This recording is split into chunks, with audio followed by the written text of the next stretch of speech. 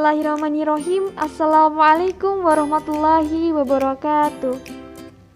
Perkenalkan, nama saya Fatonia Ayu Arifah dari kelas 4B dengan NIM 19104064, absen 26, Prodi Pendidikan Agama Islam, Fakultas Ilmu Tarbiyah dan Keguruan, UIN Sunan Kalijaga, Yogyakarta.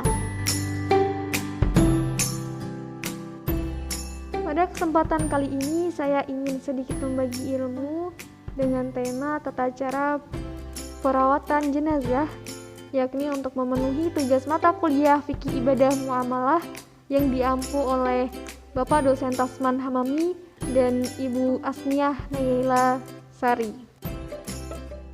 Dalam pengurusan jenazah, yang harus dilakukan terhadap orang yang sudah meninggal adalah merawat jenazah, yang dimulai dari yang pertama memandikan jenazah, kemudian mengkafani jenazah, mensolati jenazah, dan yang terakhir yaitu menguburkan jenazah. Merawat jenazah termasuk salah satu kewajiban umat Islam, termasuk dalam wajib kifayah. Artinya, kewajiban kalau dikerjakan oleh sebagian umat Islam, maka gugurlah kewajiban sebagian umat Islam lainnya. Pada video ini, saya ingin mengupas lebih dalam mengenai tata cara perawatan jenazah pada poin 3, yaitu mensolati jenazah. Bagaimana sih ketentuan-ketentuan dalam mensolati jenazah? Bagaimana syaratnya, rukunnya, bahkan prakteknya dan lain-lain?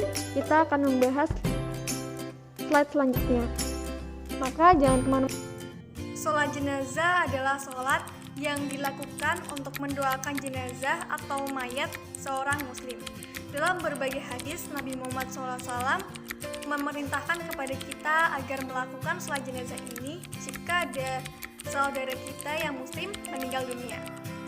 Jadi di situ jelaslah bahwa sholat jenazah itu sangat dianjurkan, meskipun anjuran itu tidak sampai pada wajib atau fardu ain. Akan tetapi hukum mensolatkan jenazah hanyalah fardu kifayah. Adapun yang diwajibkan untuk disolatkan adalah jenazah orang Islam yang tidak mati syahid atau mati dalam peperangan melawan musuh Islam. Terkait dengan hal ini, Nabi SAW bersabda, "Solatkanlah olehmu orang yang mengucap la ilaha illallah." Hadis riwayat Ad-Daruqutni. Dalam hadis yang diriwayatkan dari Jabir, ia berkata bahwa Nabi Muhammad SAW telah memerintahkan kepada para sahabat sehubung dengan orang-orang yang mati dalam peperangan Uhud, supaya mereka dikuburkan beserta darah mereka, tidak perlu dimandikan dan tidak perlu disolatkan. Hadis riwayat Bukhari. Hukum mensolatkan mayat adalah fardu kifayah, sebagaimana memandikan dan mengkafaninya. Mensolatkan mayat memiliki keutamaan yang besar, baik bagi yang mensolatkan maupun bagi mayat yang disolatkan. Keutamaan bagi yang mensolatkan mayat dinyatakan oleh Nabi Muhammad SAW dalam salah satu hadisnya, barang siapa yang menyaksikan jenazah sehingga disolatkan, maka ia memperoleh pahala 1 qirat. Dan barang siapa yang menyaksikan sampai dikubur, maka ia memperoleh pahala 2 qirat.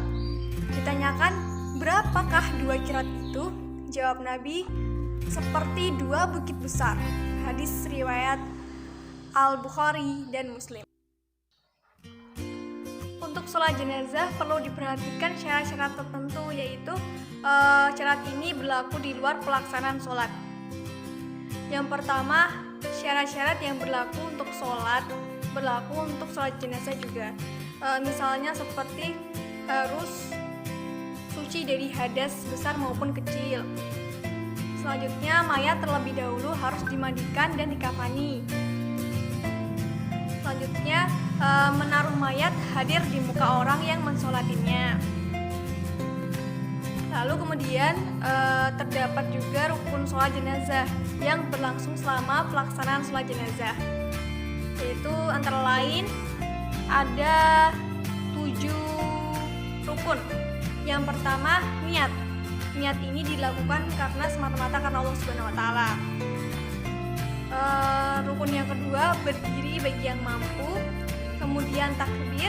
Takbir ini 4 kali. Kemudian membaca surat Al-Fatihah setelah takbir pertama. Kemudian membaca doa sholawat atas Nabi setelah takbir kedua.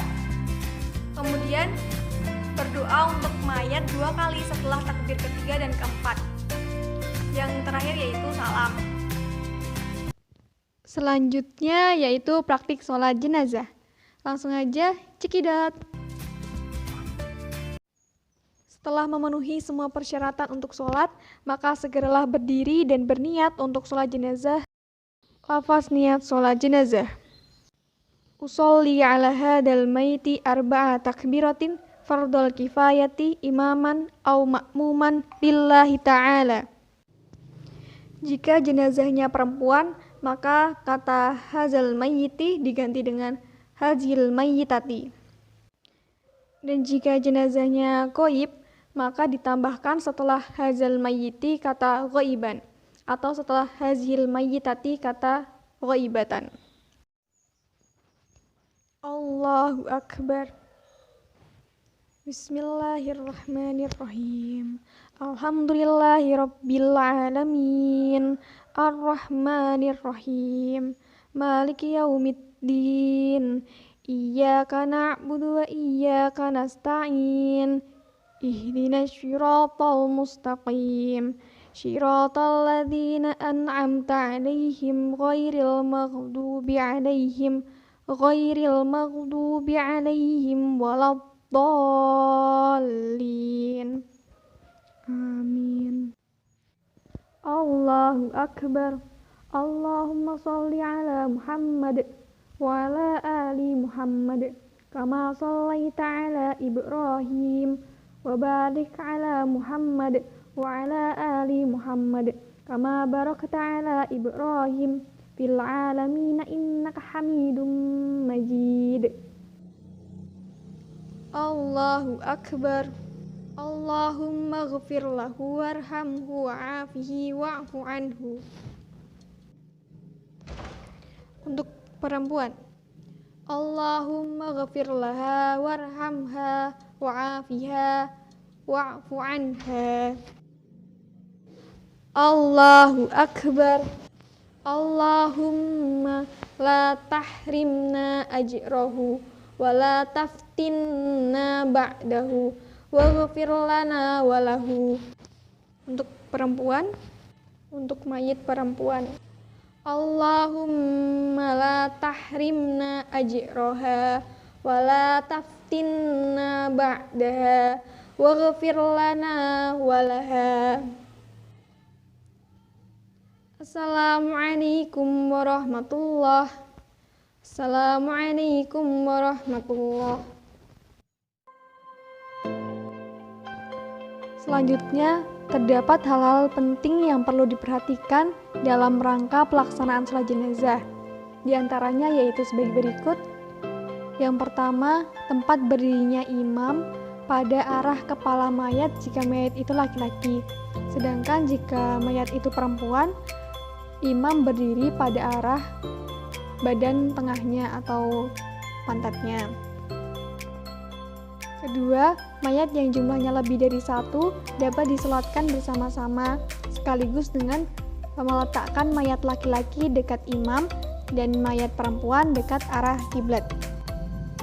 Ketiga, semakin banyak yang mensolatkan jenazah, semakin besar terkabulnya permohonan ampunan bagi si mayat.